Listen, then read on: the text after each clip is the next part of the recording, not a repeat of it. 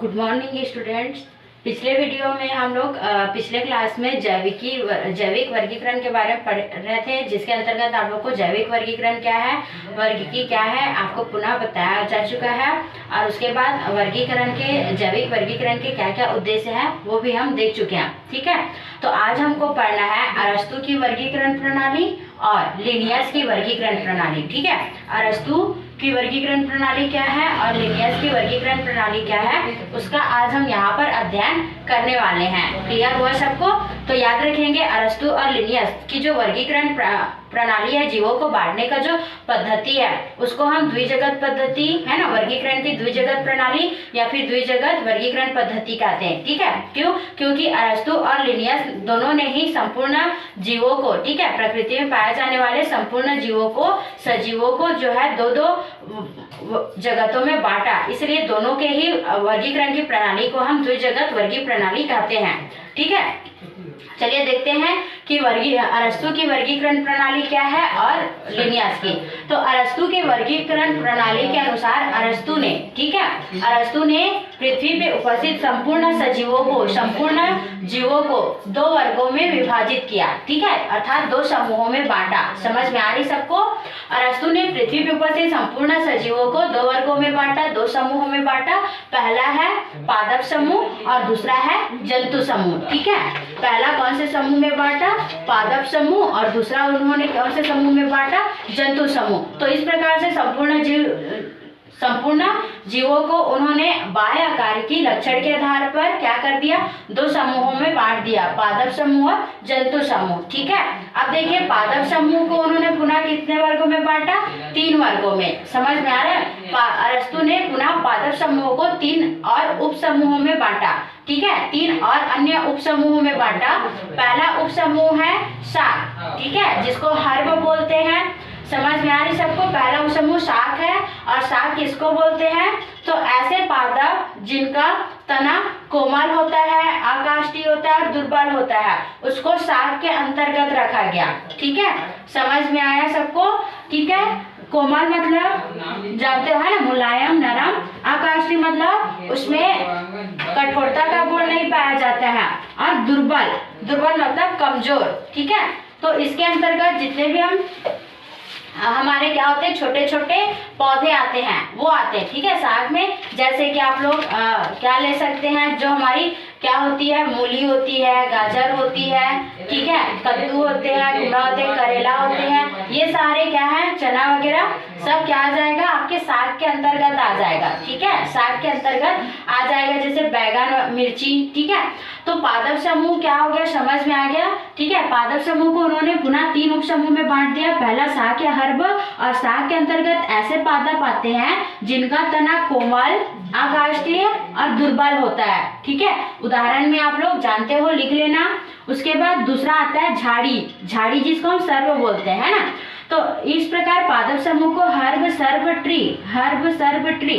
ठीक है, तो दूसरा है झाड़ी जिसको हम सर्प बोलते हैं, है ना। और झाड़ी आप लोग शायद कंफ्यूज होंगे, तो ये क्या होता है, जनरली साग से थोड़ा बड़े साइज का होता है। ठीक है, मतलब पौधे का जो हाइट होता है वो साग से थोड़ा अधिक होता है ना, और पेड़ से क्या होता है, कम होता है, जैसे कि मध्यम साइज के, तो उसको हम रखते हैं झाड़ी के अंतर्गत, है ना। तो झाड़ी के जो तना होता है वो कैसा होता है, साग से बड़ा और पेड़ से थोड़ा छोटा होता है। ठीक है, और शाखा युक्त होता है, मतलब उसके जो मूल तना होता है उससे बहुत सारी क्या होती है, ब्रांचेस निकली होती है, और उसमें क्या होता है, मतलब उसका जो तना होता है वो क्या होता है, काष्ठ युक्त होता है, काष्ठी तना होता है। ठीक है, जैसे कि आपका गुलाब है, ठीक है, गुड़हल है, ये सब क्या है, आपके झाड़ी के अंतर्गत आते हैं। पपीता है, बेर है, ठीक है, तो ये आपको क्या हो गया, झाड़ी के अंतर्गत आया। ठीक है, उसके बाद लास्ट है पेड़ और ट्री, है ना, किसने नहीं देखा। तो इसमें पेड़ किसको बोलते हैं, तो ऐसे पादप जिसका तना क्या होता है, विशाल और काष्ठीय होता है। ठीक है, और जो क्या होती है, उसकी जो हाइट होती है वो काफी अधिक होती है, उसको हम क्या बोलते हैं, पेड़ बोलते हैं, जैसे बरगद, आम, बबूल, सेमल, है ना। तो ये सब क्या है, आपके पादप समूह के क्लासिफिकेशंस है ना। आप लोग अच्छे से इसको पहले से समझते ही हैं। उसके बाद उन्होंने पादप समूह और दूसरा जंतु समूह में बांटा। फिर जंतु समूहों को उन्होंने 2 भागों में बांटा। ठीक है, जंतु समूहों को उन्होंने 2 उप समूह में बांटा। एक इनाइमा जिसमें RBCS अर्थात रेड ब्लड कार्बस क्या होते हैं, अनुपस्थित होते हैं, एब्सेंट रहते हैं, है ना, उसको उन्होंने इनाइमा कहा। जैसे कि घोंघा, काकरोच, बिच्छू, है ना, ये सब क्या है, ऐसे जंतु हैं जिनमें RBCS क्या होते हैं, अनुपस्थित, एब्सेंट रहते हैं। और दूसरा एनाइमा, एनाइमा ऐसे जंतुओं के समूह होते हैं जिनमें RBCS अर्थात रेड ब्लड कॉर्पस्कल्स उपस्थित होता है, प्रेजेंट होता है। जैसे कि पक्षी, मछली, मुर्गी, मनुष्य, हाथी, घोड़ा, ये सब आप लोग इसमें लिख सकते हैं। तो अरस्तु की वर्गीकरण प्रणाली समझ में आई। उसके बाद अगला है लिनियस की द्विजगत वर्गीकरण प्रणाली। ठीक है, लिनियस ने संपूर्ण सजीवों को 2 जगत में बांटा, पहला पादप जगत और दूसरा जंतु जगत। ठीक है, क्लियर हो गया, समझ में आया सबको, पादप जगत और जंतु जगत। तो पादप जगत देखिए, लिनियस के जो वर्गीकरण करने का आधार है वो क्या है, प्रकाश संश्लेषण। ठीक है, वो क्या है, प्रकाश संश्लेषण। तो लिनियस ने क्या किया, प्रकृति में जितने भी सजीव पाए जाते हैं उनमें से ऐसे सजीव जो क्या करते हैं, प्रकाश संश्लेषण की क्रिया करते हैं, उन जीवों को उन्होंने पादप जगत के अंतर्गत रखा। और ऐसे सजीव जो प्रकाश संश्लेषण की क्रिया नहीं करते, नहीं पाए जाते, तथा जो जिनमें भोजन अंदर ग्रहण करने की क्षमता होती है, ठीक है, उसको उन्होंने जंतु जगत के अंतर्गत रखा। एक बार और ध्यान से सुन लेंगे। ठीक है, ऐसे सजीव जो प्रकाश संश्लेषण की क्रिया करते हैं उन सजीवों को उन्होंने पादप जगत के अंतर्गत रखा। और ऐसे सजीव जो प्रकाश संश्लेषण की क्रिया नहीं करते तथा जिनमें भोजन को अंतर्ग्रहण करने की क्षमता पाई जाती है और प्रचलन की क्षमता पाई जाती है। प्रचलन मतलब एक स्थान से दूसरे स्थान तक जाने की क्रिया, है ना, उसको प्रचलन बोलते हैं। तो ऐसे जंतु जिसमें ऐसे सजीव जिसमें प्रकाश संश्लेषण करने की क्षमता नहीं होती तथा जिनमें भोजन को अंतर्ग्रहण मतलब खाना और प्रचलन करने की क्षमता पाई जाती, उसको उन्होंने जंतु जगत के अंतर्गत रखा। ठीक है, उसके बाद पादप जगत में कौन कौन से जंतु शामिल हैं, तो देखिए पादप जगत में उन्होंने कौन कौन से जंतुओं को रखा, कवक। ठीक है, कवक मतलब फंजाई। ठीक है, जैसे कि आपका मशरूम है, फफूंद है, उसको कवक बोलते हैं ना।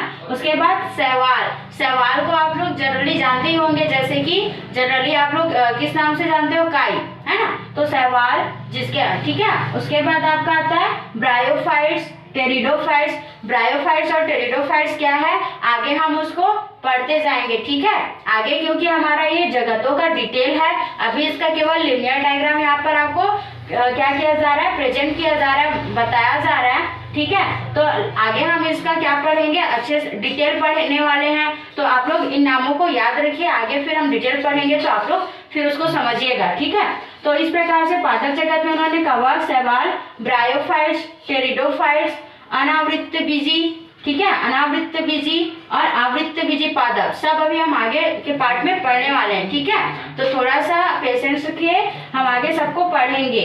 उसके बाद जंतु जगत में उन्होंने किन किन सजीवों को रखा, तो प्रोटोजोआ जैसे कि प्लाज्मोडियम, मलेरिया परजीवी, है ना, स्पंज जैसे कि हाइड्रिला, ठीक है, कृमि जैसे गोल कृमि, है ना, आंत में पाया जाने वाला कृमि, कीट के अंतर्गत तितली, है ना, बटरफ्लाई, ये सब घोंघे जानते ही है ना। उसके बाद मछली, ढेर सारी मछलियों के वर्ग को, ठीक है, सरीसृप में छिपकली, सांप वगैरह, कछुआ, है ना, पक्षी में ढेर सारे पक्षी, कबूतर, मुर्गी, इन सबको। और स्तनी के अंतर्गत आपका हाथी, घोड़ा, मनुष्य, कुत्ते, बिल्ली, इन सबको क्या किया गया है, जंतु जगत में रखा गया। तो इस प्रकार से आपका अरस्तु का वर्गीकरण प्रणाली हुआ और ये लिनियस का वर्गीकरण प्रणाली हुआ। तो इन सभी को आप लोग याद रखेंगे और आगे हम धीरे धीरे आगे के पार्ट में 3, 4, 5, 6 में हम इन्हीं का अध्ययन करेंगे। समझ में आया तो मैं वहां पर इसका डिटेल बताऊंगी। उसके बाद चलिए देखते हैं द्विजगत वर्गीकरण प्रणाली के क्या क्या दोष हैं।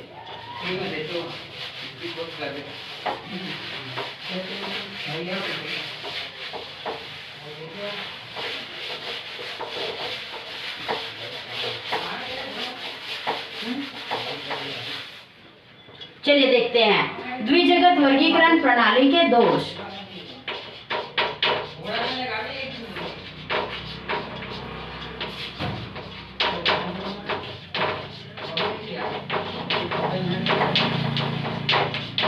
चलिए ठीक है, सॉरी पहले लाभ को देख लेते हैं, फिर हम क्या पढ़ेंगे, दोष को पढ़ेंगे। ठीक है, देखिए द्विजगत वर्गीकरण प्रणाली के दोष क्या है, तो सॉरी लाभ क्या है, फिर हम दोष देखेंगे, है ना।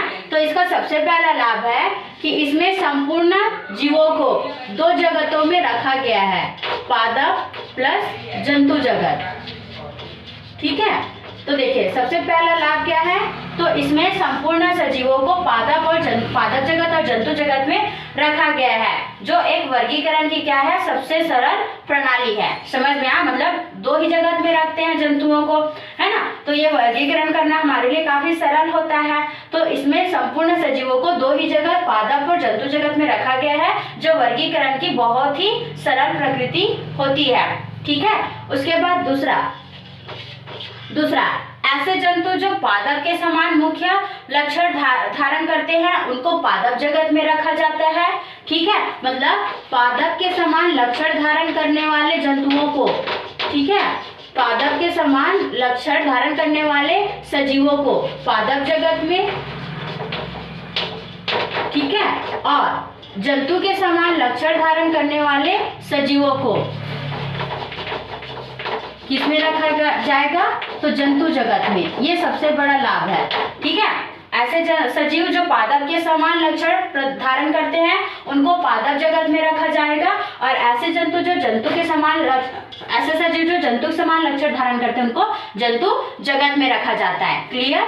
चलिए उसके बाद हम तीसरा लक्षण देखते हैं। तो तीसरा क्या है, तो इसमें जंतुओं को विभिन्न विकास, ठीक है, इसमें जंतुओं को विभिन्न विकास के संसर्ग में एक क्रम में रखा जाता है। ठीक है, विकास के क्या होते हैं, संवर्ग होते हैं। संवर्ग आप लोग जानते हैं ना, हमने 7 संवर्ग पढ़े हैं। तो विकास के संवर्ग को क्या किया जाता है, एक क्रम से रखा जाता है, जिसको हम पदानुक्रम बोलते हैं। ठीक है,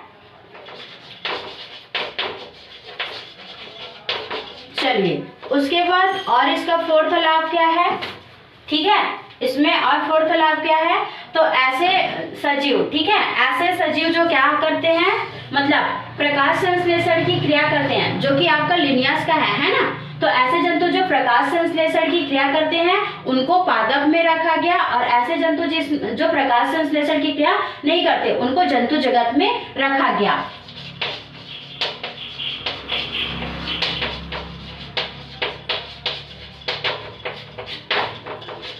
जो करते हैं उसको मैंने राइट लिखा है ना, तो उसको किसमें रखा गया, पादप जगत में।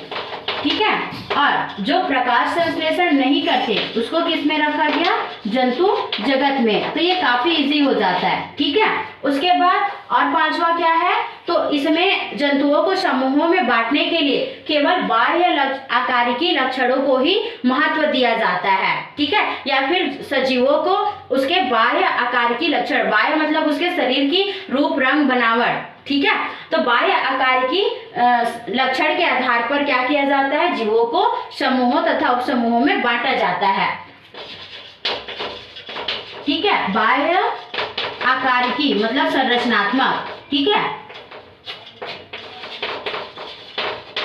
तो इसमें संपूर्ण सजीवों को उसके बाह्य आकारी लक्षण के आधार पर समूहों में बांटा जाता है, या फिर सजीवों को विभिन्न समूहों में बांटने के लिए बाह्य आकारी लक्षणों को काफी महत्व दिया जाता है। तो ये हमारे वर्गीकरण प्रणाली के लाभ हुए। अब हम देखते हैं दोष।